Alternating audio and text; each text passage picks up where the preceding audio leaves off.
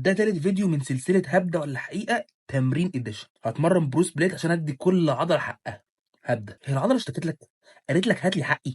يعني ادي العضلة حقها؟ لا يا معلم، العب بحمل تدريبي مناسب، فوليوم، وشد التمرين مناسبة، انتنستي، وكرر العضلة أكتر من مرة في الأسبوع، مرتين أو أكتر، لأن عضلتك مش محتاجة أسبوع كامل للريكفري، أنت بتديها كده حق فوق حقها. كابتن هبودو على الحدود اداني تمرينه جامده جدا مكسراني ومش قادر اتحرك ومش عارف اروح من الجيم حتى. اكيد باين من الاسم الكابتن. هبدا. تكسير جسمك وانك متدمر بعد التمرين دي مش علامه كويسه اصلا، ومش علامه على نجاح التمرين. كده هيجيلك اوفر تريننج وهترهق جهازك العصبي على المدى البعيد. باخد وجبه بعد التمرين بساعه او ساعتين. حقيقه مش هبدا، مش لازم ترمي اخر دمبل في اخر مجموعه وتجري مره واحده على سكوب البروتين او الشيك بتاعك. جسمك ما طلبش منك كده. باكل موزه قبل التمرين. السيمي هبدا، عشان على حسب انت اكل دي بس وشكرا ولا اكل معاها حاجه. لو اكلتها هي بس هتضرك اكتر ما هتفيدك. تعال اقول لك ازاي. الموزه لوحدها كارب سيمبل، بتتكسر في دمك بسرعه فهتديك طاقه قبل التمرين في مده دقايق.